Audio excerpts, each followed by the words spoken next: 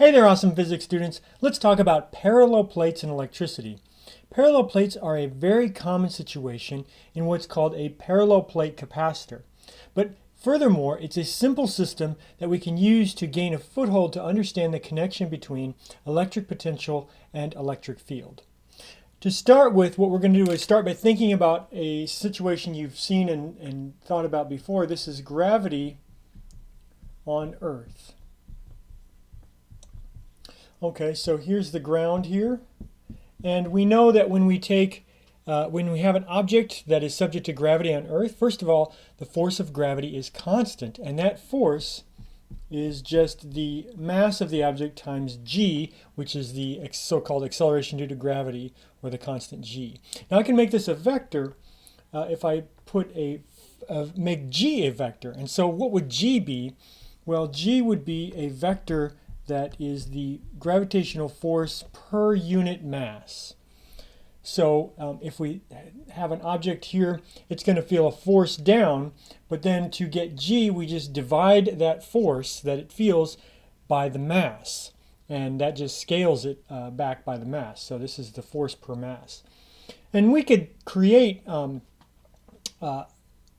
gravitational field lines just the same as we did electric field lines. So we just take our lines and they're going to point down because the force points down, the gravitational field vector is going to point down too.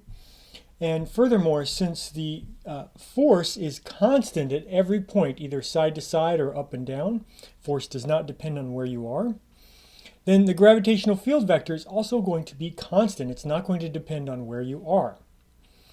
If we want to think about energy, which I think is ultimately our desire here, we think about taking a mass of an object, and if we move it up against the gravitational field or against the gravitational force, then the potential energy is going to increase.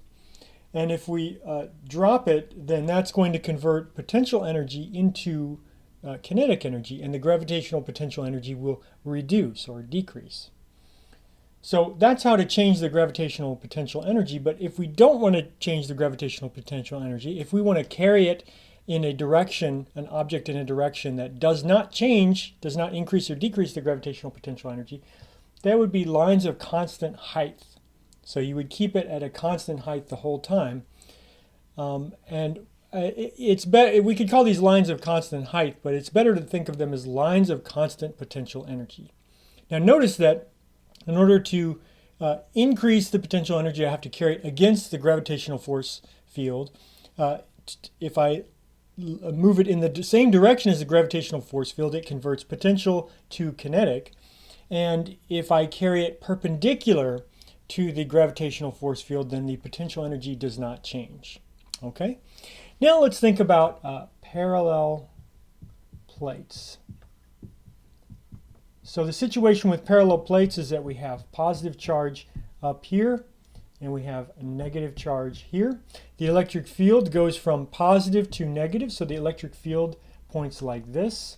Remember that the electric field is the force vector per unit charge. So electric field is just like the gravitational field.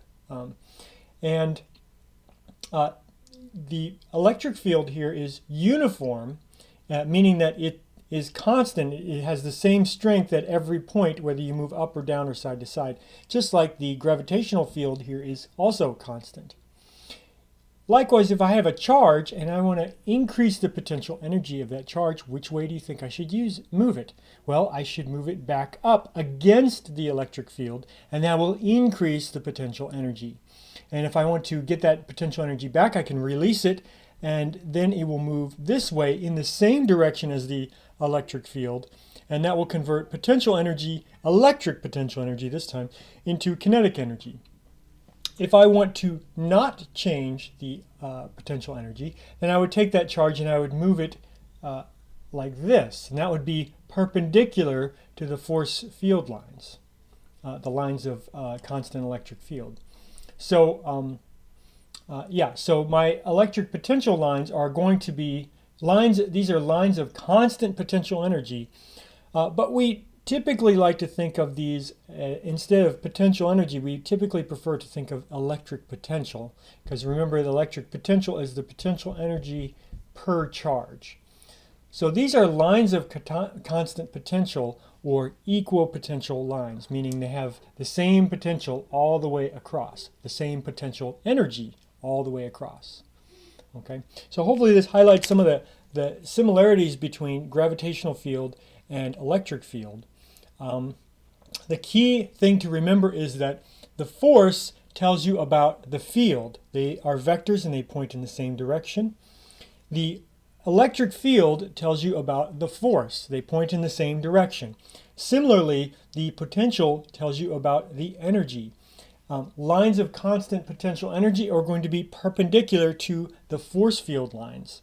To increase the potential energy, I move against the force field lines, and to convert the potential energy into kinetic energy, I release the object and it will move parallel to or accelerate parallel to the force field lines. All right?